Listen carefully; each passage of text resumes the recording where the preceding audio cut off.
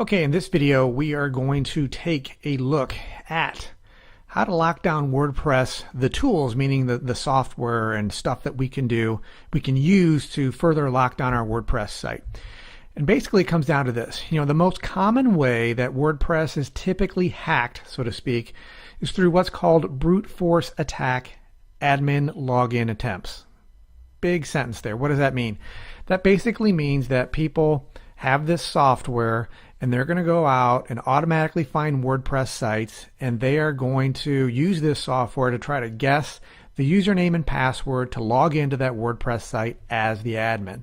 I talked about this in the previous video where you don't want to use your username for the administrator as admin or administrator or test and things like that. And that's because the software that these people use is going to use those usernames. That's the most common usernames used. Okay, now once these guys try to hack a site, if they get in, they typically won't do anything super malicious like try to wipe out your site or anything like that.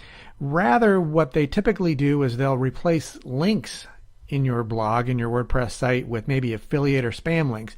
And you'll notice that your blog is just kind of acting funny. It could be that when someone goes to a new page, pop-ups start appearing, or it could be when someone clicks on a link on your WordPress site that the link takes them to, a page that it's not supposed to go to, or it will take them to the right page, but some type of, pop-up for Viagra appears on top of it or something like that. And that's typically how you know that, hey, someone has hacked into your site somehow.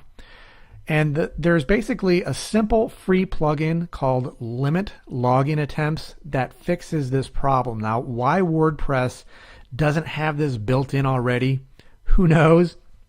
Hopefully they'll include it in a upcoming release, but you can use this free little plugin and it will fix all this stuff for you. So now let's take a look at how to use the Limit Login Attempts plugin. So I'm on my WordPress site, and what you want to do is go to Plugins,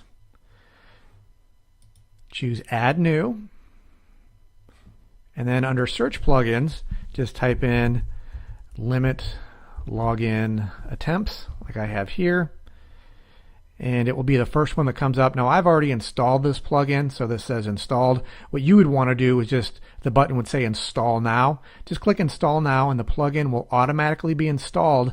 And then what you can do after it's installed, there's really not much to do. You can go to settings and you can see here it is limit login attempts, and it will come up with a screen, and you just basically leave everything as the default. And what this plugin is going to do is it's going to, if people don't get the username and password right 4 times, it's going to lock them out for 20 minutes. And if they try to do it again 4 times within the next 24 hours, they're going to be locked out again. And then what will happen is it will actually give you a list of the IP addresses and the login attempts that it has blocked. So basically you install the plugin and just let it run, and when you go back in every day or once a week or you check, you'll be surprised to see at the number of people who have actually tried to access your WordPress admin account that this plugin blocks. Let me give you an example of what I'm talking about. So here's a screenshot of what the Limit Login Attempts plugin will look like over time. When you start to log in, it will tell you, hey, I've locked out, in this example, 67 people since it was last reset. And then down here, it gives you the IP addresses of the people that it locked out, and it tells you what username they were using to try to log in. As you can see here, admin, admin, admin, administrators, admin, and so on. And this list will just grow. You can go ahead and clear the log and stuff like that, but this is what's going to happen over time, guaranteed. Just like you'll get traffic to your site, this plugin will guarantee come up with a list of people who are trying to maliciously access your site that you don't even know about. Okay, so next up, let's take a look at a couple of optional things that you can do to lock WordPress down even further. Now this is a bit techy. You don't have to do it, but it's not difficult to do. And basically what we want to do here is we want to protect a folder within WordPress, a folder or subdirectory called the includes folder, because it's got all of our important WordPress files. And then we also want to protect the single file, the wp-config.php file. And if you paid attention or you watched the videos on installing WordPress, you would know that the wp-config.php file contains information like our database name and our database passwords and stuff like that.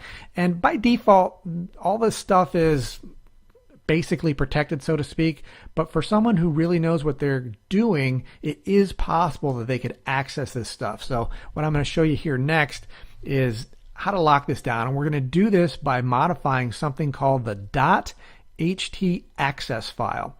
And this is a server file that's located on your web hosting account. Okay, now let's take a look at how all this works and what you need to do if you choose to further lock down this directory in this file.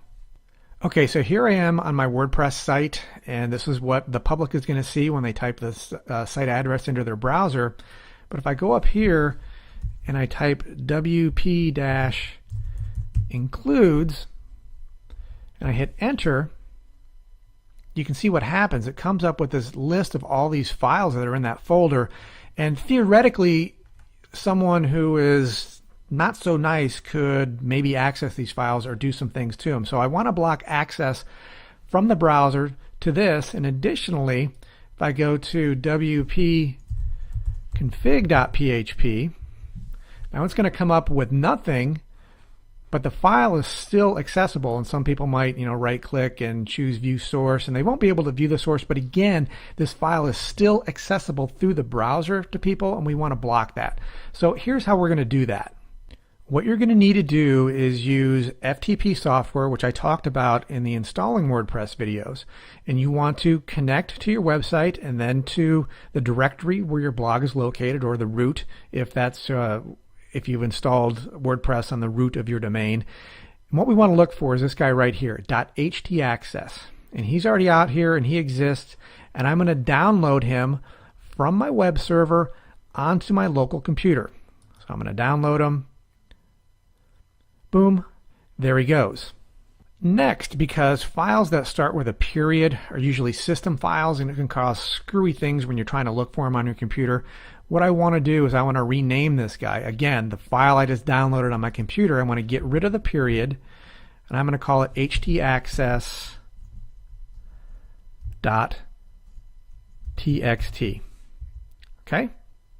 Then if I'm on Windows, I'll use Windows Explorer. If I'm on a Mac, I'll use Finder like I'm using here, and I'll navigate to where this file is located, and I want to make a copy of it. Okay, so I'm going to do a Command-C or Control-C on Windows, and a Command-V or Control-V on a Mac.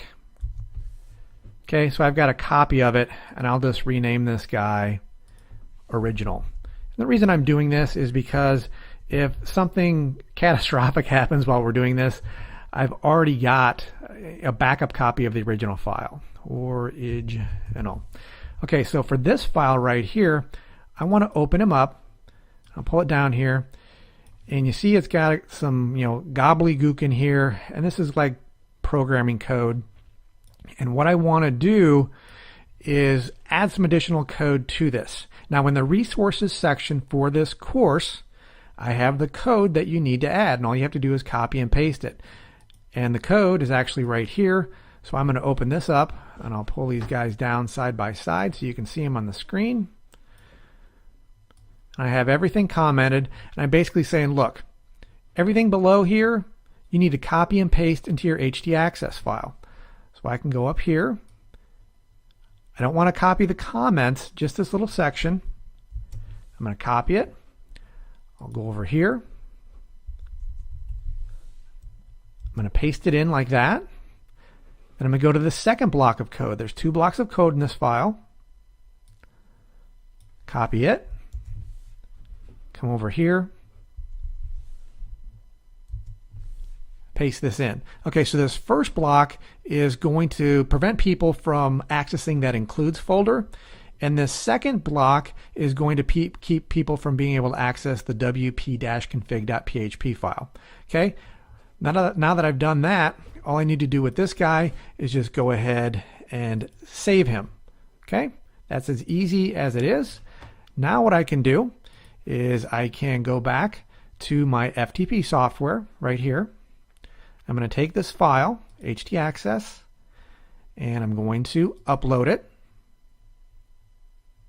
Okay, now I've got these two files out here, the original htaccess file and this one, htaccess.txt. So what I'm going to do is this original file, I'm going to rename it, get rid of the period. I'll call it htaccess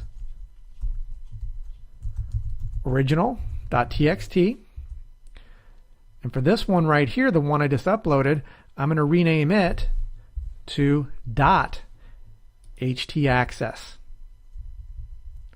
Boom, just like that. Now what I want to do is I need to test now, because 99 times out of 100 you're going to be okay, but on some web hosting companies, when you play with this htaccess file, it can screw things up on WordPress. So what I'm going to do is I'm going to go back to my blog, and the first thing I'm going to do is I'm going to refresh it and just make sure that everything still loads and it still works like it should. Okay, so I'm good. The next thing I'm going to do is I'm going to make sure that I can log in as well.